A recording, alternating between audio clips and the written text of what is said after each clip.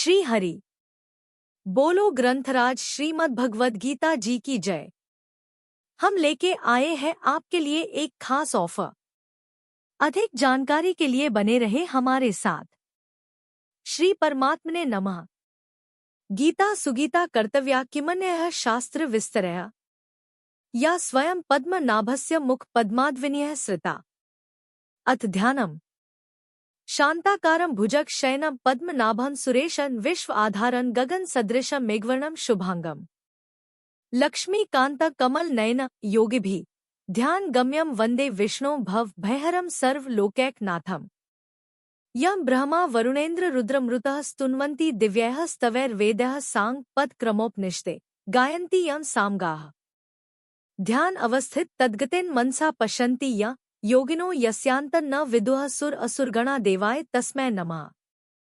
वसुदेव सुतं देव कंस चाणूरमर्दनम् देवकी परमानंदम कृष्ण वंदे जगद्गुरुम।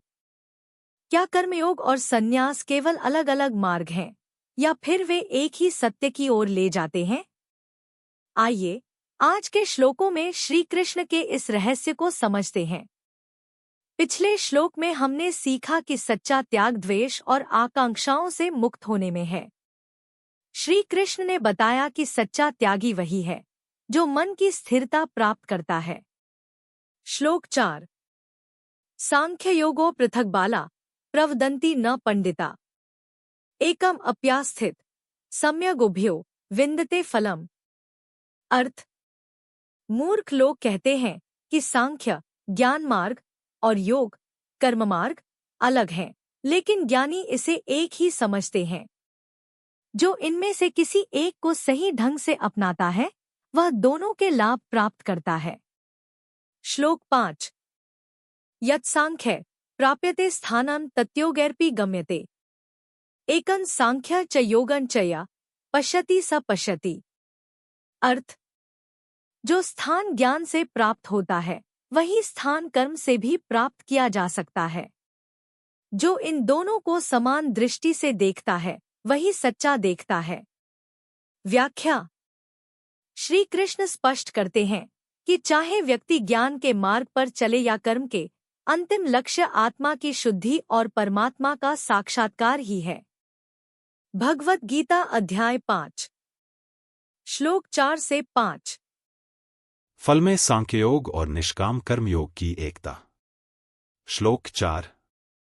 सांख्ययोगो पृथक बाला प्रवदन्ति न पंडिता एकम्प्यास्थितः समय गुभ्योर्विन्दते फलम। उच्चारण की विधि। सांख्ययोगो पृथक बाला प्रवदन्ति न पंडिता एकम अपि आस्थितः सम्यक् उभयोः विन्दते फलम। 4। सांख्ययोगो अर्थात संन्यास और कर्मयोग को, बालाह अर्थात मूर्ख लोग, पृथक अर्थात पृथक पृथक फल देने वाले, प्रवदन्ति अर्थात कहते हैं, न अर्थात न कि, पंडिताः अर्थात पंडित जन, ही अर्थात क्योंकि, दोनों में से, एकम अर्थात एक में, अपि अर्थात भी, सम्यक आस्थितः अर्थात सम्यक प्रकार से स्थित पुरुष, उभयोः अर्थात दोनों के, फलम अर्थात फलरूप, परमात्मा को, विन्दते अर्थात प्राप्त होता है। अर्थ, उपर्युक्त संन्यास और कर्मयोग को मूर्ख लोग पृथक पृथक फल देने वाले कहते हैं, न कि पंडित जन, क्योंकि दोनों में से एक में भी सम्यक प्रकार से स्थित पुरुष दोनों के फलरूप परमात्मा को प्राप्त होता है। 4। व्याख्या। सांख्योगो पृथक बालाः प्रवदन्ति पंडिताः। इसी अध्याय के पहले श्लोक में अर्जुन ने कर्मों का स्वरूप से त्याग करके तत्वदर्शी महापुरुष के पास जाकर ज्ञान प्राप्त करने के साधन को कर्म संन्यास नाम से कहा है। भगवान ने भी दूसरे श्लोक में अपने सिद्धांत की मुख्यता रखते हुए उसे संन्यास और कर्म संन्यास नाम से कहा है।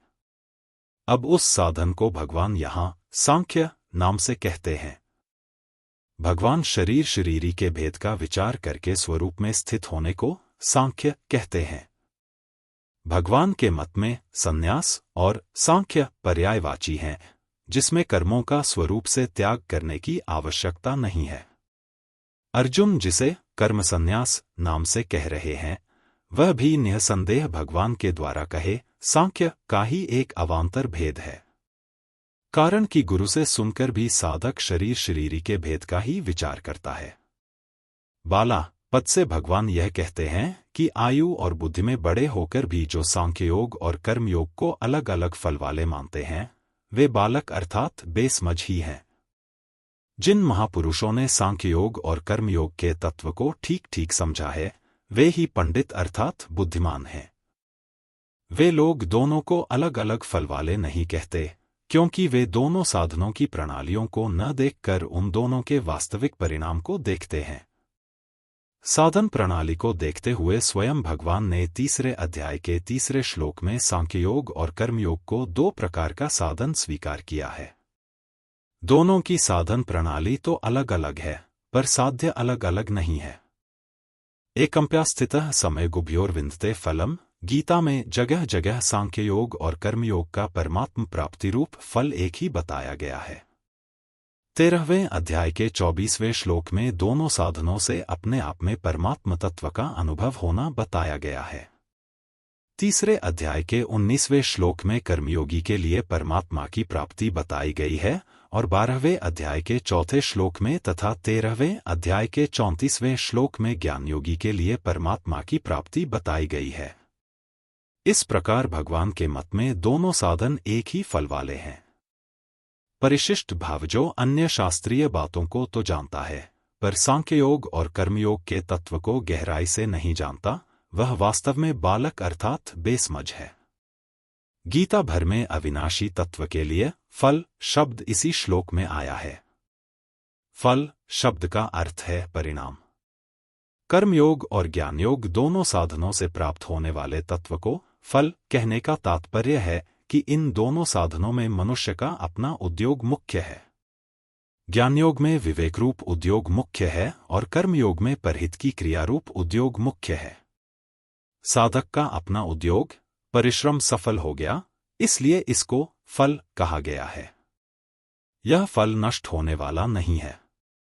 कर्मयोग तथा ज्ञानयोग दोनों का फल आत्मज्ञान अथवा ब्रह्मज्ञान है। कर्तव्य कर्म करना कर्मयोग है और कुछ न करना ज्ञान योग है।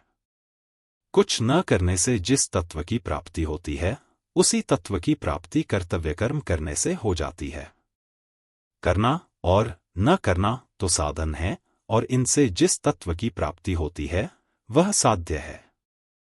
श्लोक 5 यत्सांख्यः प्राप्यते स्थानं तद्योगैर्पि गम्यते। एकं सांख्यं च योगं च यः पश्यति स पश्यति। उच्चारण की विधि। यत् सांख्यः प्राप्यते स्थानं तत् योगः अपि गम्यते।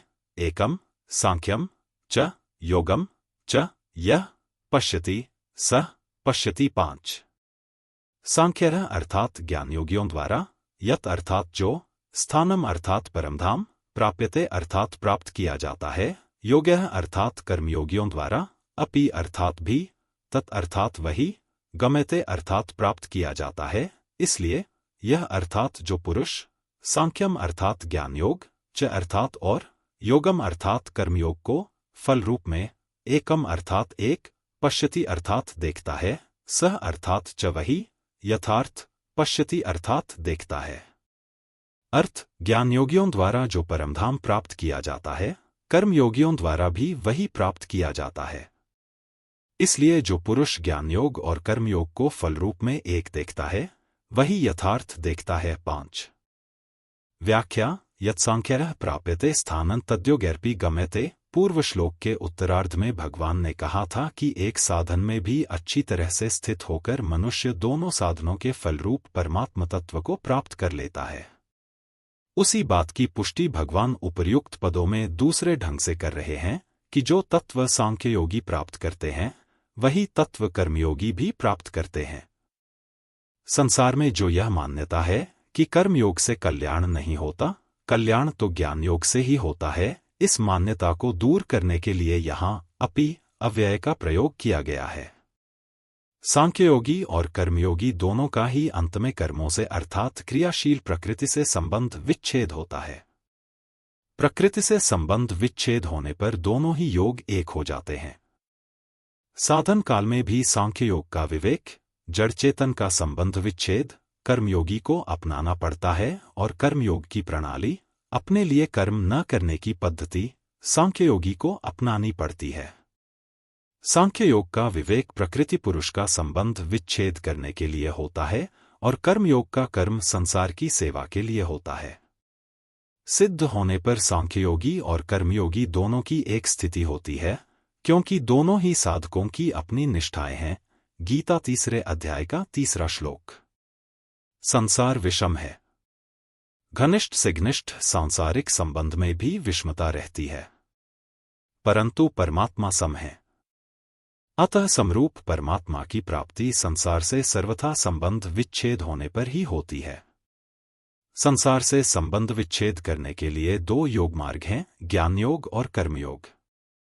मेरे सत्स्वरूप में कभी अभाव नहीं होता, जबकि कामना आसक्ति अभाव में ही पैदा होती है, ऐसा समझकर असंग हो जाए, यह ज्ञान योग है। जिन वस्तुओं में साधक का राग है, उन वस्तुओं को दूसरों की सेवा में खर्च कर दे, और जिन व्यक्तियों में राग है, उनकी निःस्वार्थ भाव से सेवा कर दे, यह कर्मयोग है। इस प्रकार ज्ञानयोग में विवेक विचार के द्वारा और कर्मयोग में सेवा के द्वारा संसार से संबंध विच्छेद हो जाता है। एकम सांख्यम च योगं च यह पश्यति स पश्यति। पूर्व श्लोक के पूर्वार्ध में भगवान ने व्यतिरेक रीति से कहा था कि सांख्ययोग और कर्मयोग को बेसमझ लोग ही अलग अलग फल देने वाले कहते हैं। उसी बात को अब अन्वय रीति से कहते हैं कि जो मनुष्य इन दोनों साधनों को फल दृष्टि से एक देखता है, वही यथार्थ रूप में देखता है। इस प्रकार चौथे और 5वें श्लोक का सार यह है कि भगवान सांख्ययोग और कर्मयोग दोनों को स्वतंत्र साधन मानते हैं और दोनों का फल एक ही परमात्म तत्व की प्राप्ति मानते हैं। इस वास्तविकता को न जानने वाले मनुष्य को भगवान बेसमझ कहते हैं और इसे जानने वाले को भगवान यथार्थ जानने वाला, बुद्धिमान कहते हैं। विशेष बात, किसी भी साधन की पूर्णता होने पर जीने की इच्छा, मरने का भय, पाने का लालच और करने का राग, ये चारों सर्वथा मिट जाते हैं। जो निरंतर मर रहा है, अर्थात जिसका निरंतर अभाव हो रहा है, उस शरीर में मरने का भय नहीं हो सकता, और जो नित्य निरंतर रहता है, उस स्वरूप में जीने की इच्छा नहीं हो सकती, तो फिर जीने की इच्छा और मरने का भय किसे होता है? जब स्वरूप शरीर के साथ तादात्म्य कर लेता है, तब उसमें जीने की इच्छा और मरने का भय उत्पन्न हो जाता है। जीने की इच्छा और मरने का भय, ये दोनों ज्ञानयोग से विवेक द्वारा मिट जाते हैं। पाने की इच्छा उसमें होती है जिसमें कोई अभाव होता है। अपना स्वरूप भावरूप है, उसमें कभी अभाव नहीं हो सकता, इसलिए स्वरूप में कभी पाने की इच्छा नहीं होती। पाने की इच्छा न होने से उसमें कभी करने का राग उत्पन्न नहीं होता। स्वयं भावरूप होते हुए भी जब स्वरूप अभावरूप शरीर के साथ तादात्म्य कर लेता है, तब उसे अपने में अभाव प्रतीत होने लग जाता है, जिससे उसमें पाने की इच्छा उत्पन्न हो जाती है और पाने की इच्छा से करने का राग उत्पन्न हो जाता है। पाने की इच्छा और करने का राग, ये दोनों कर्मयोग से मिट जाते हैं। ज्ञानयोग और कर्मयोग, इन दोनों साधनों में से किसी एक साधन की पूर्णता होने पर जीने की इच्छा, मरने का भय, पाने का लालच और करने का राग, ये चारों सर्वथा मिट जाते हैं।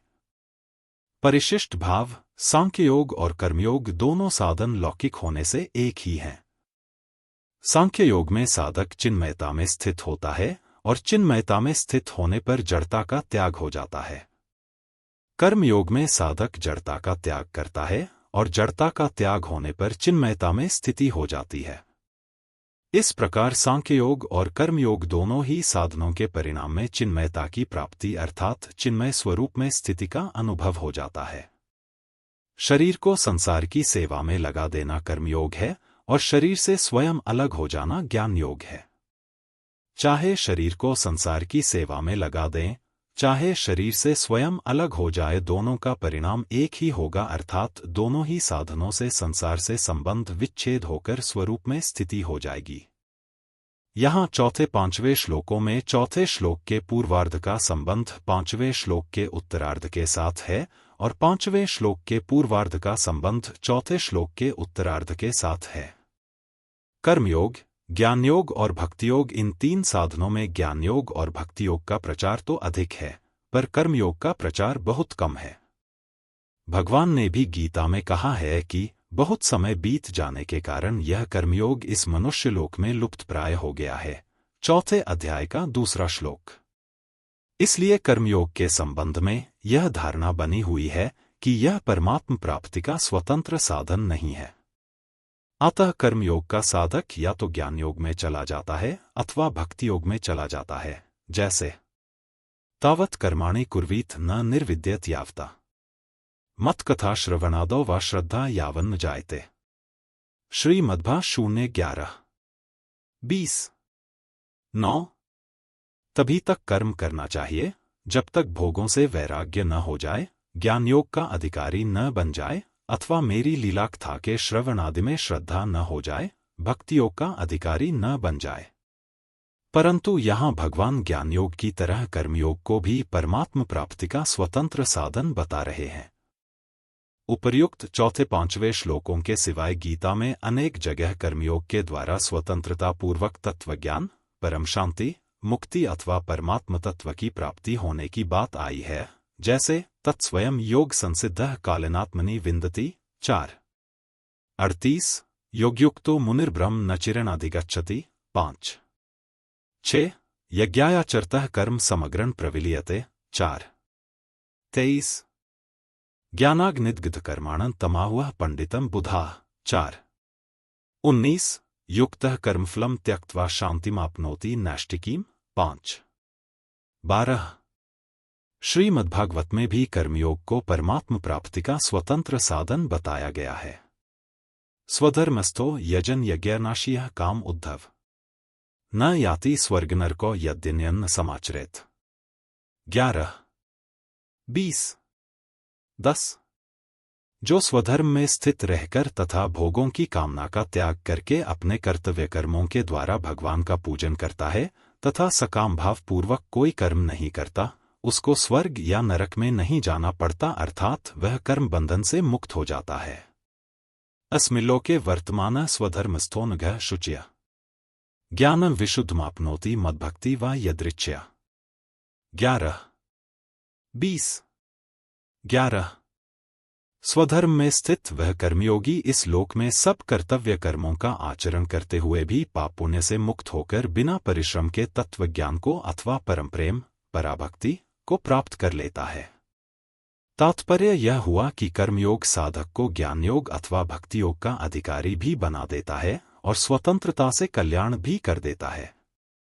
दूसरे शब्दों में, कर्मयोग से साधन ज्ञान अथवा साधन भक्ति की प्राप्ति भी हो सकती है और साध्य ज्ञान, तत्वज्ञान अथवा साध्य भक्ति, परम प्रेम या पराभक्ति की प्राप्ति भी हो सकती है। संबंध इसी अध्याय के दूसरे श्लोक में भगवान ने संन्यास, सांख्य योग की अपेक्षा कर्मयोग को श्रेष्ठ बताया। अब उसी बात को दूसरे प्रकार से कहते हैं। कल हम जानेंगे कि त्याग और कर्मयोग के बीच का संतुलन कैसे व्यक्ति को शांति और मुक्ति की ओर ले जाता है। दोस्तों, आज का श्लोक आपको कैसा लगा? क्या आप भी ये मानते हैं कि भगवद गीता सिर्फ एक धार्मिक ग्रंथ नहीं, बल्कि जीवन जीने का एक पूरा नक्शा है? अगर हाँ, तो इस वीडियो को लाइक और शेयर करके अपनी सहमति जरूर बताएं। और हाँ, आपके लिए खास ऑफर में वाउचर और YouTube प्रीमियम जीतने का सुनहरा मौका है। बस चैनल को सब्सक्राइब करके QR कोड पर जाकर अपनी डिटेल्स भर दो और कमेंट करें। अगर आपके कमेंट पर 9 लाइक्स आए तो 2 महीने का YouTube प्रीमियम आपका। क्या बात है ना? https://forms.gle/cwmada7hk6zdndy6। याद रखें, हर समस्या का समाधान हमारे भीतर ही है। भगवद गीता का ज्ञान हमें यह सिखाता है कि हम कैसे अपने भीतर की शक्ति को पहचान सकते हैं और अपने जीवन को सफल बना सकते हैं। कल मिलते हैं एक और रोमांचक श्लोक के साथ। तब तक के लिए अपना ध्यान रखें और भगवद गीता की सीख को अपने जीवन में उतारते रहें। बोलो ग्रंथराज श्रीमद् भगवद गीता जी की जय। जय श्री कृष्ण।